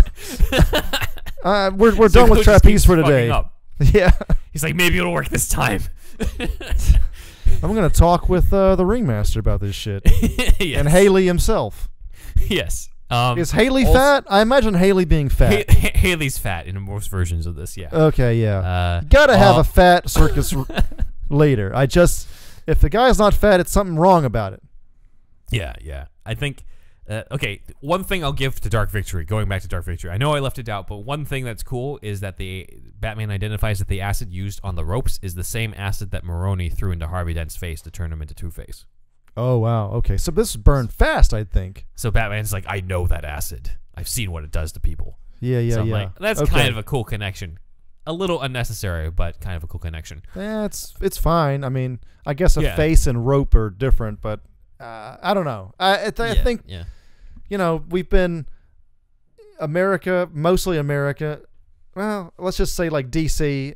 Anybody involved with DC has been, constantly improving this mythos through the years from 39 to now. And there's just little pockets of elements that can still be improved upon. You know what I mean? And this is one of those little minute pockets. I'd say so, yeah. Let's see. We've finished the 2000s. Now we're into 2010s. Okay. So, yeah. Around this time, we get the New 52. And we get, of course, with the New 52 comes a new continuity and a new retelling of Robin's origin. So, Nightwing #0 by Tom DeFalco and Kyle Higgins. Art by Eddie Barrows and Eber Ferreira. I believe that's the pronunciation. Kyle Higgins, huh? He was on the Power Rangers Boom Comics thing. Yeah, and he was writing a lot of Nightwing in the New 52. I saw him live at the LA Comic-Con around 2000, I want to say 2011, 2010. I've talked to them at a Power Rangers booth, actually. And, yeah, he's a nice guy. He's totally nice dude, yeah. Yeah. Let's see. In this version, the murder takes place on Mary Grayson's birthday, so that's pretty fucking dark. Okay. Dick gets in trouble for doing parkour on trains. Yeah. He has to get bailed out of jail. So, Dick's last day with his parents is not a happy one in this version, but he does give his mom a golden bracelet with robins on it because he knows how much she loves robins. So, back to the mom connection with robins. Zuko remains a thin man, and like in BTAS, threatens Haley on the way to the tent. So, I believe this is probably influence from BTAS on Higgins' part. And similar stuff happens. The ropes break. The Graysons fall to their deaths, and Bruce Wayne is in the audience with a date when he witnesses this happen. Who's the date? An unidentified woman. So this is not Trace Meridian or Vicky Vale or anybody else. Or Beaumont? Andrea Beaumont is already gone at this point. Okay. Dude, All-Star Batman Robin has a three pages of Vicky Vale lounging around in pink lingerie as she's writing a story. A panel of her ass drawn by Jim Lee of her writing a story, because I'm just like, yeah, this is exactly what female reporters do. They lie around in lingerie and fucking write their story. As you do, Ben. Yeah. We all know that's how women write. Invites her to the circus. Yeah. And I'm like, this is ridiculous. But yeah. Anyways, just like in BTAS, in the New 52, Bruce offers to help Gordon because Dick's a material witness. But instead of taking Dick to the manor, Dick is now in sort of the Wayne Care Center, the Wayne sort of youth center that Bruce runs. And so Bruce sort of uses surveillance to keep an eye on Dick Grayson in this version. Okay. Dick starts basically deciding he wants to go out and find Zuko, find the man who is responsible for this. So he goes out on the streets as a vigilante, kind of like Robin in the Sam Hamm Batman 2 script that we covered in our Unlimited What? Batman Returns deep dive. Oh, yeah. answered in the first 2 seconds of that episode. That episode, yes. Yeah. Of what it's unlimited of. Yeah. But Dick, it's the opposite of Dick. So Dick runs into Batman several times during this time, but when he sees that, he figures out that Bruce Wayne is Batman because he saw Bruce Wayne do stuff like, have a headache and have twitchy eyes and grind his teeth, and he sees Batman do the same, and so he deduces that Bruce Wayne is Batman, potentially influenced by The Dark Knight Rises here. This is after John Blake, right? This is the same year as John Blake, but it makes a hell of a lot more sense, I would say. Okay. So there's a lot of like Robin being a great detective. Yes. So Robin's also a better detective in the first episode of Batman 66, by the way. He's figuring out all the riddles. Yeah. Almost all of them, as far as I remember. Yeah. So this is the only version I found where Batman takes Dick to the cave and Dick's like, "I know who you are, Mr. Wayne," and surprises Batman. So that's kind of cool.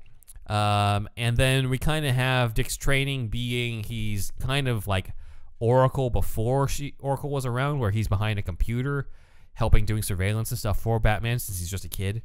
That's not bad. God, that's interesting. Yeah, that's so an interesting thing, he can be safely on a Bat adventure and sort of know. Mm-hmm.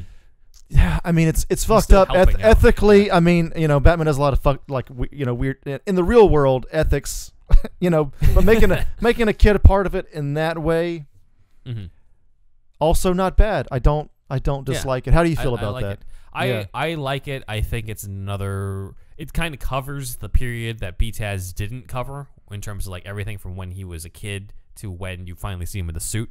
So naturally, it's going to take some time for Dick to be trained to go out there and be able to hold his own against criminals realistically. He can get a full-on preview of what he's into. It's that's an interesting move. Okay. So good move on Higgins' part. Also cool is how Dick feels guilty that he seems to be able to move on from his parents' deaths better than Batman does, which is very true to the character. Like, we usually don't see a lot of Dick Grayson feeling tortured about John and Mary Grayson compared to Batman feeling tortured about Thomas and Martha Wayne. So it's almost like helping out Bruce is his therapy, is helping him overcome this trauma. But he feels sort of guilty that that he's not as obsessed. And Alfred is like, actually, it's probably healthier that you celebrate how your parents lived versus being driven by how they died. So that is interesting. That's a good one. Very interesting character beat. So Kyle Higgins does a lot of good stuff in this, I think. Yeah, it's almost as if he really understands the characters involved. Yes. But finally, lo and behold, he does have to become Robin at some point. Batman gets in trouble with Lady Shiva. Interesting choice here, Mr. Higgins. And so Dick decides that he's going to go out. He's already made a suit out of spare Batman suits, and presumably with some paint that's red and green to paint over it, and shows up as Robin to help Batman fight Lady Shiva. I don't know how well. I don't think he does very well, considering Lady Shiva is like the best martial artist of the DC universe. Or one of, at least. Does she do this move, though? No. This is the death move from, what's the name of that episode in BTAS? Day of the Samurai. Day of the Samurai, yeah. Man, I used to try that move all the time. Yeah. So, what do you think of Kyle Higgins' New 52 version? I mean, shit, a lot of good stuff. What were the quick things that he, I know you just went through it all, but... All right, starting from the top. Nightwing number 0. No. It's basically Dick being... I'd say the biggest thing that we like is this gap that's covered of Dick being at the computer station. Oh, yeah, that was good. Yes, definitely, of course, yeah, of course. Yeah, I think that's a very good move. Yeah. And it shows that, from a character perspective, he sees a preview of it. He's a kid. He knows what he's getting into. He's been the Oracle before Oracle in this storyline, and it doesn't make him turn away. So it shows a personality trait for him. He's like, okay, I'm going to go re-up when I get old enough. I am going to go into the field with you. You know what I mean? So, I mean, of course he is, because he's fucking Robin. We all know that. But still, just to have that character moment there, or just to have that baked into it, I think is pretty good. I think that's keep that in other iterations. Yeah. So I like that. So yeah. All right.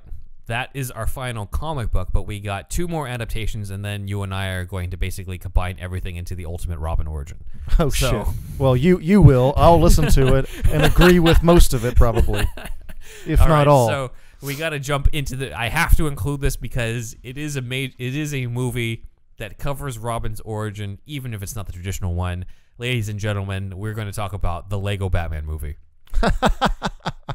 2017, Dude. Michael Cera's Dick Grayson. I am going to go out on a limb and say it's one of the best.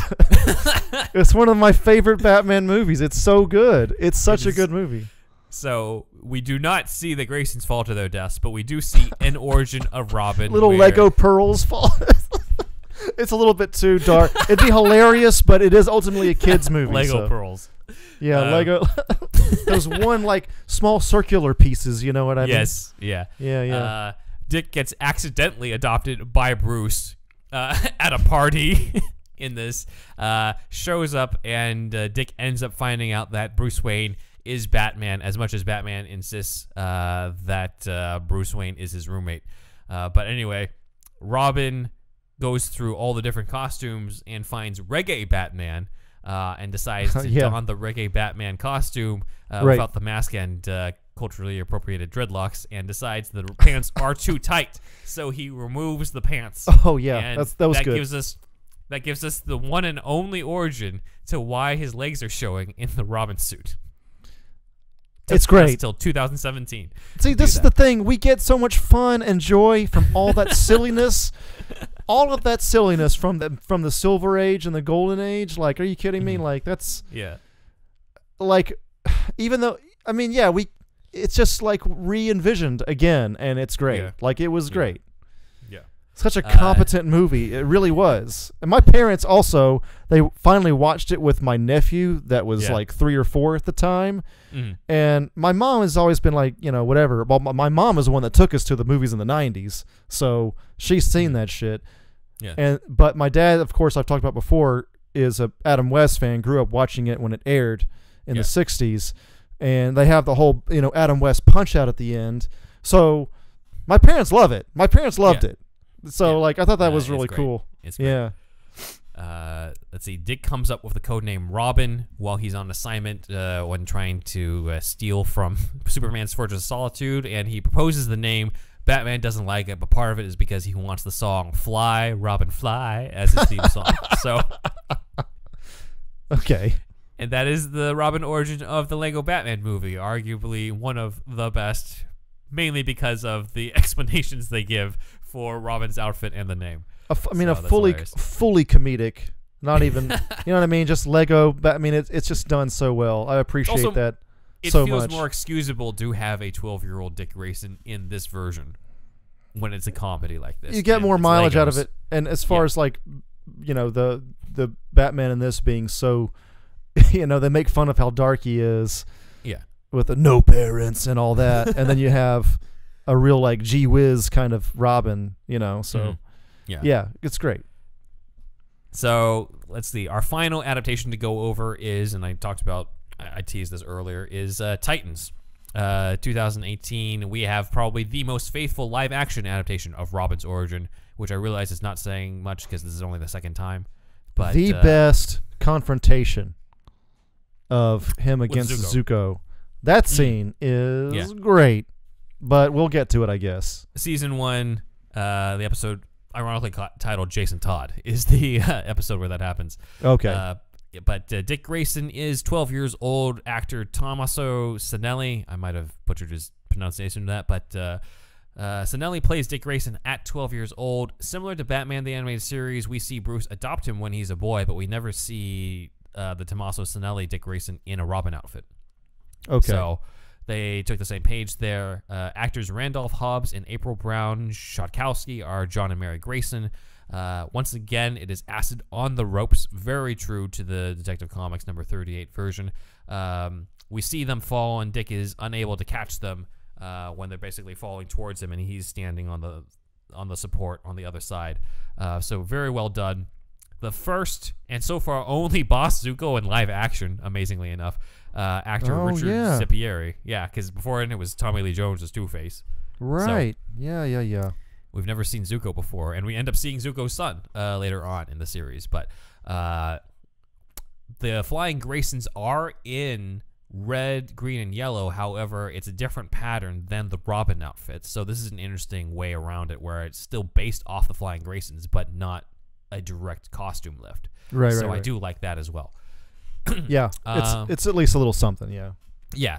Let's see. Bruce meets Dick on the night of the murders. Dick is in social services until Bruce volunteers to be his foster parents. The cops tell the social worker, who tells Dick that this was a murder, it wasn't an accident, which causes Dick to want to go and find out who it is. Bruce is mostly shown from the neck down and without a face reveal because Ian Glenn was not cast as Bruce Wayne at the time. Yeah, so we don't see him at all. Yeah, that's so right. Unfortunately, we don't get to see any interaction between Dick and Bruce in terms of a live conversation. Dick steals Bruce's car so he can find Zuko, but Bruce forgives him, and when he gets back, Bruce leaves a note that basically says, quote, "Revenge won't bring them back. Let me teach you another way to deal with the pain." And then it's kind of assumed from then on he becomes Robin, and the standard shit happens. Yeah. So that's what we saw. I wish that we would have actually seen Bruce so we get a little bit more of the interaction, especially since we end up seeing him later. But I gotta, regale what we already got. Regale us. And then just like in year 3, there's a later confrontation of older Dick Grayson confronting Tony Zuko, as Andrew brought up. So it's a What do you want, kid? I want my parents back. Yep. God, I'm sorry if I spoiled it for you, but it was... I thought it was great. Yeah. No, it's a great version of the origin, at least. Titans has been controversial in its own way for different things, but when it comes to Robin's suit, Robin's origin and stuff, it stays pretty damn true. So he was one of the stronger ones, really. I mean, I don't know, man. I wanted Starfire in the fucking costume immediately, or I don't know, just her. What, she have amnesia? It's weird, yeah. Yeah, it wasn't great, and Beast Boy seemed, again, I only saw the first season, I think. Right. But it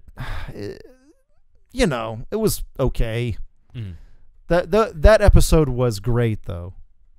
Yeah. Very memorable. Yeah. The it's confrontation. Probably the best episode of season 1 is that Jason Todd episode. Because you also get Kurt Walters as Jason Todd, and he's great in that role, and it's great to see the two Robins play off each other. It's definitely the best one of that season. Other highlight, real quick. We talked about this off the air, but they say, "Where'd he come from?" And he goes, they're talking about Dick Grayson, and he's like, "Oh, he's from Gotham." And then the other cop goes, "Whew," like everybody knows Gotham is a shithole. Yes. Like the way the other cops talk about it, it's like, yeah, it's not good. So I thought that was another really great little, addition there. Mm-hmm. Yeah, no, definitely. And those are the Robin origins. So I thought I would combine all of them and sort of come up with what we think might be the best combination of everything. So here we go. I would say Dick being around 9 to 10 years old is okay, especially if he's 10 years old. That's usually the same age that Bruce was when he lost his parents, so you have that connection there. So in this version, we probably wouldn't put him in the Robin suit until he's a lot older, so we would go with the whole BTAS / Kyle Higgins / Titan style of this. John and Mary Grayson, I do like the idea of John Grayson being the circus manager, just like in The Batman, so I'm going to keep that. I did bring up my previous idea of Bruce having already been trained in acrobatics from John Grayson, which again is not that crazy of an idea because the radio series of Superman had Bruce Wayne and John Grayson know each other before the death of the Graysons. So there we go. Okay. During his time training with John Grayson, Bruce Wayne was given the Robin rank because of the fact that he was a beginner in acrobatics, and so he was technically still Robin before Dick Grayson, which combines that 1950s episode into this. Real quick question. So if Robin's like the beginner, is there like Eagle's the top, or? Yeah, it would be like Eagle or something like that. Falcon. Eagle's Boy Scout, so maybe the top is Falcon. Maybe it's Nightwing. Nightwing's the top. Well, then you get into like, is Nightwing from Kryptonian mythology? I've always thought that was weird. Honestly, I always thought that was weird that Dick got that from Kryptonian mythology from Superman. I'm like, that's kind of cool, but I don't. It seems kind of random to me as well. It is. I can't disagree, but it's. I don't know. You got to address. Well, I do want to do, and it might be an episode that I'll lead, Ben. But I want to do the religion of Krypton episode at some point. like nerdy as hell. But it might be a shorter episode. I don't know, but like row and all that. Like there's a whole other deal going on there. So anyway, continue, Ben. So years later, because of the training that he got from the Graysons, Bruce has the Graysons perform at his charity circus, at his charity event where he meets Dick Grayson, of course. But of course, he's already friends with John in this version. We have the whole thing with Tony and Zuko trying to extort John Grayson, and when he's not able to succeed, he does do the whole thing of the inside man, the ringmaster, ending up putting the acid on the ropes, which lead to the Graysons dying and falling to their deaths.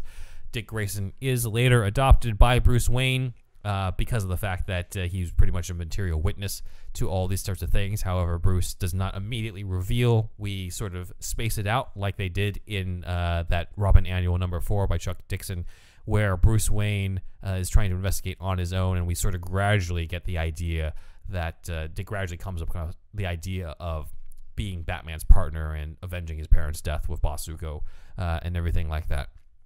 And then even then, Batman sees it as more of a thing of him helping him bring Zuko to justice as opposed to having him be a full-time partner, just like in the original version.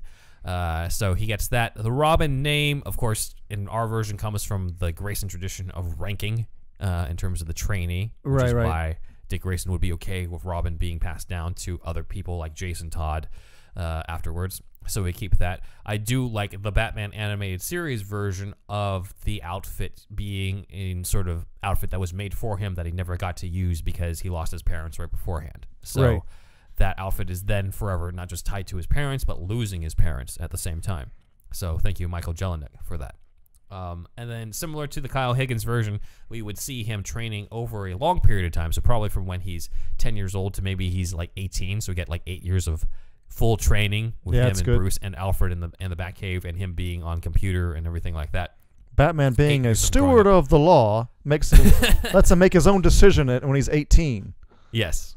Robin's 18th birthday. There's a fucking episode right there. There's a Robin's fucking 18th birthday. He becomes Robin. Yeah. Yeah. Exactly. That's a fucking one shot or something. You know what I mean? Yeah.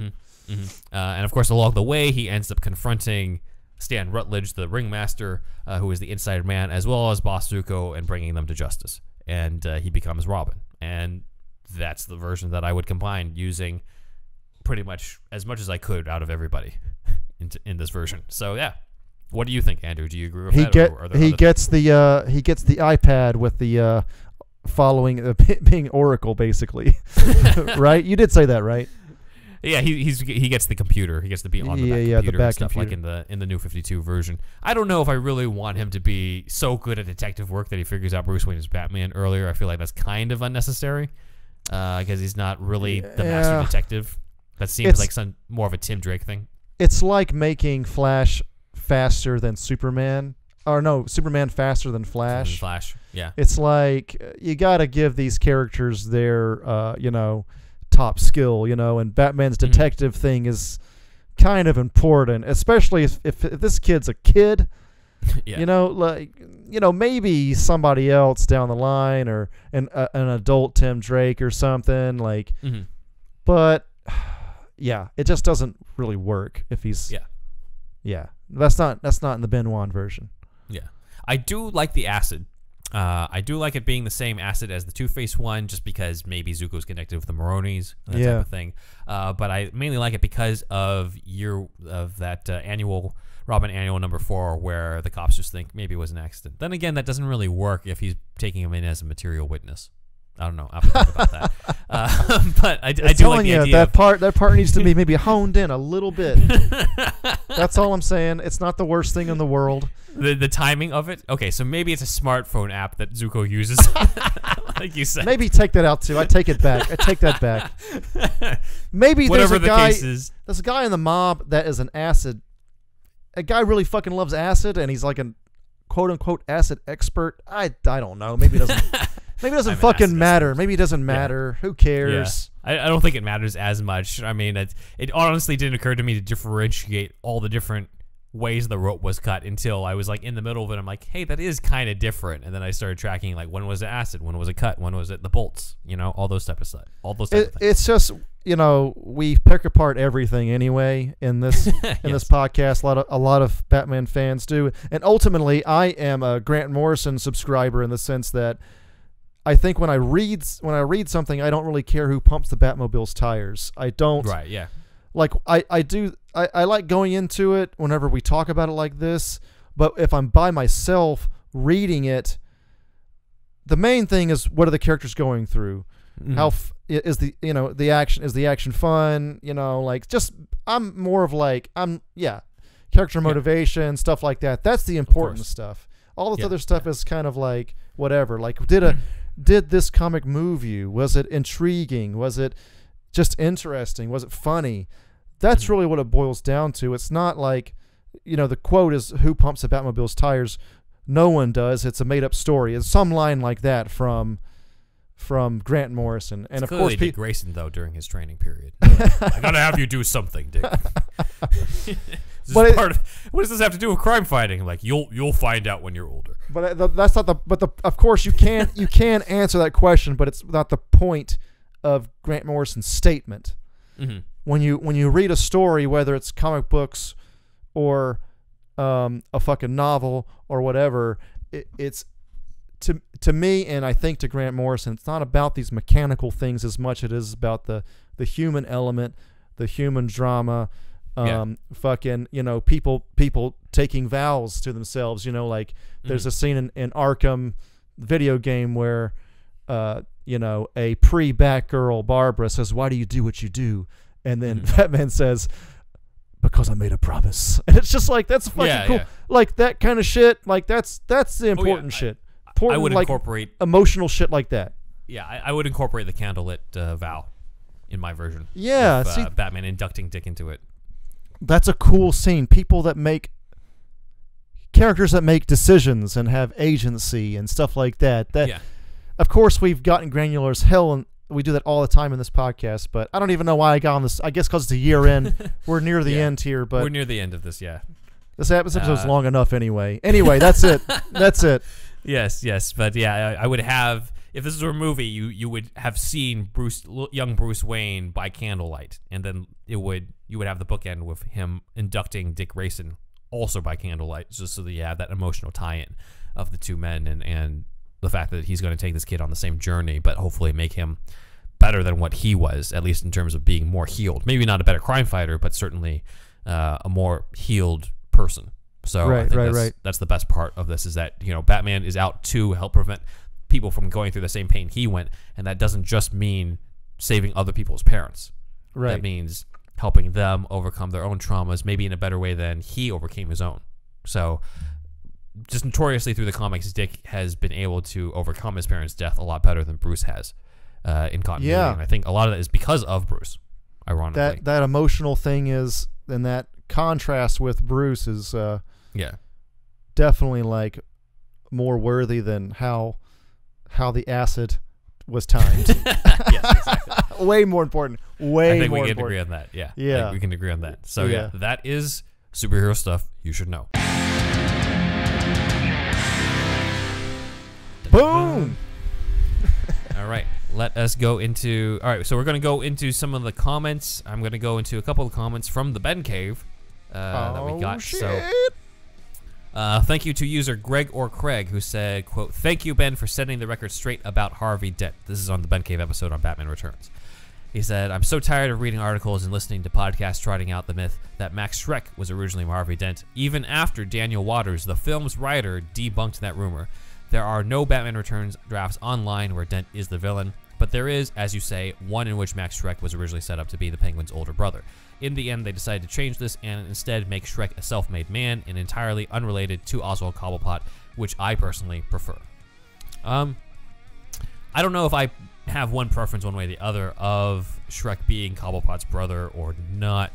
In the original script, it kind of just felt like it was kind of thrown in that they're brothers. It's not like if Waters really wanted to explore it more, it would have been better if they knew each other from the beginning. They knew that was the brother. Like Oswald was the redheaded stepchild of the family, and he was trying to cash in on, like, "You owe me, Max," in terms of like them being brothers and stuff. Like that was never really explored the way it could have. It was kind of just thrown in as a twist, in my opinion, on that. You don't need it for the contrast of monster on the inside, monster on the outside. That whole thing. Yeah. For them to be family. You don't need them to be family for that contrast. Yeah, I agree with that. It can affect... It would have been good, It's either way, but I like the contrast being there if they're family or not. Yeah, I agree. I mean, the whole point of Max Shreck's character, according to Daniel Waters, was to show this is the real villain, the realistic one, the one who's not a costume one, the one who could exist in real life. But to me, correct me if I'm wrong, I mean, I agree with what this guy's saying, but I think the Penguin comes off as a monster, too. They're both monsters. Oh, yeah. No, definitely. But I think Max Shreck was originally supposed to be the worst out of all the villains in there. Yeah. Does that play to you? The most realistic. I don't think that's really how it came off in the end. Shreck is obviously a bastard, but... Right. But I think it's muddled. And I think that if Shreck was more of a Lex Luthor character and Penguin was even more sympathetic, you probably get that through a lot more than what's in the script or in the final movie. I think a better way to contrast that is Shreck being a more realistic... Like, Daniel Waters is on record saying that he thought Christopher Walken's Max Shreck was a lot different from the Max Shreck he intended. Interesting. He wanted Max Shreck to be a lot more straight-laced, realistic. His comparison was Mitt Romney in terms of, like, very real-life person who's kind of just seems very boring, but is actually worse than everyone else, just to have this idea that, like, the real villains aren't the costume ones. The real villains are the businessmen pulling the strings. So like maybe a Jason Bateman playing an evil guy. Yeah, maybe like a that. Normal if they were Joe. to do the original idea of Daniel Waters' Max Shreck to today, I think Jason Bateman would probably be a good choice for that. That is a weird choice to interesting. follow up on Christopher Walken, but a good choice for the version that he wanted. Original intention, so, yeah. So if you had him as Max Shreck and like a more mutated, sort of the similar mutated Penguin, but maybe he's a little less, perverted and child killing than the Tim Burton version, then you could probably really explore that contrast a lot better than what was in that script. Right. Anyway, thank you, Greg or Craig. I guess I called you either one. Yes, thank you. So thank you for that. And then the other comment I want to shout out, we've talked to him before, but Green Arrow. Not the DC character, but the user on YouTube. How'd you get that name? Have you been doing, YouTube since 2005 when it came out? Like, that's crazy, man. Yeah. So Green Arrow himself said, quote, "What I want to say to you guys is thank you for commenting on some of my Facebook posts. I really enjoy your videos, especially the Batman videos. So here's another one for you to enjoy. And I hope to get to chat with you guys eventually and giving you guys my thoughts and opinions on some of my favorite comic books, superheroes. You guys are awesome. Ben, Andrew, Wolfie, all you guys." So wow, thank you for that. And those are the comments for today. Nice. Over to you. Okay, so as usual, we would like to thank once again Kooky Noms, Matt Herring, Elijah B, Shamrock Testicles, Shamrock Balls, Aaron Willett, Ian H, Dan D, Leom O, Super Inframan, and Douglas P. And if you want to be added to this list, please join the Shasta Army, the $1 tier, on patreon.com/superherostuffpod. And the $5 tier, right after that, is the bonus feed. So it's a Patreon podcast. It's a whole other podcast that we do, a whole extra one. We get the deep dive on this one, and then the deeper dive on the $5 tier. Generally 4 episodes a month, $5 a month. Okay? And that comes out on Fridays. This one comes out on Mondays. So there you go on that one. And then please use our voice recorder app to record us a little something and then send that something to superhousepodcast@gmail.com. I'm Thunderwolf Drew on Twitter and Instagram. Please check us out on Superhero Stuff You Should Know YouTube if you're not already. And you can see the video version of the podcast if you're not aware of that already. And also, please check me out. I have another side thing that I've been doing actually even longer than this, but I'm just now reinvigorating it. And that is Thunderwolf Drew or Thunderwolf Lives on YouTube. So check that out. And that's really what that is my other interest, which is mainly Japan-centric stuff. I lived in Japan from 2006 to 2009. Been into video games, anime, all that since I was a kid as well. So that's a whole other thing that I do. And so, yeah, check that out. I'm kind of ramping that up lately. And, yeah, that's it. Over to Ben. Nice. You can check us out on Instagram at Superhero Stuff Pod, as well as on Twitter at SuperHousePod. You can also follow me on Instagram at Ben1Writer. In terms of other things coming up for you guys behind the paywall on the Patreon, we will be diving deep into everything that didn't make it into these 2 episodes. These episodes are long enough as they were, so I got a whole bunch of other notes that no thanks to me. We just have a whole other bunch of notes that aren't related. They might not be big changes like in here, but other things in terms of like differences in Robin's first cases on the job. Other details about where he was when his parents died, all those sorts of things. I've saved that for the Patreon because it just wasn't big enough to include in here. Was shrinkage a factor or not a factor in those shorts in the Gotham Winter Nights? There was definitely shrinkage for my notes on these 2 episodes, yes. So for your main show, next week will be our year-end episode, and Zach Brown, our guest, is back for wrapping up 2020 with us. As I said, we did the 80th anniversary of Joker. We just wrapped up the 80th anniversary of Robin. We're going to celebrate the 80th anniversary of Catwoman by diving into the Catwoman movie that was never made, that would have starred Michelle Pfeiffer with Tim Burton directing. So that would be a sequel to Batman Returns that never happened. And Zach's going to be joining us for that as we wrap up 2020. I just want to say thank you to Burt Ward. Thank you to your luscious package. Thank you to the Catholic lead for pointing that out to the whole world. Mm-hmm. I'd like to thank Burt Ward's dogs and their luscious food, and 45-year-old Chris O'Donnell in the 90s, and Kevin Smith for that joke once again. So, yes, and that's it. Signing off. All right, Ben signing off.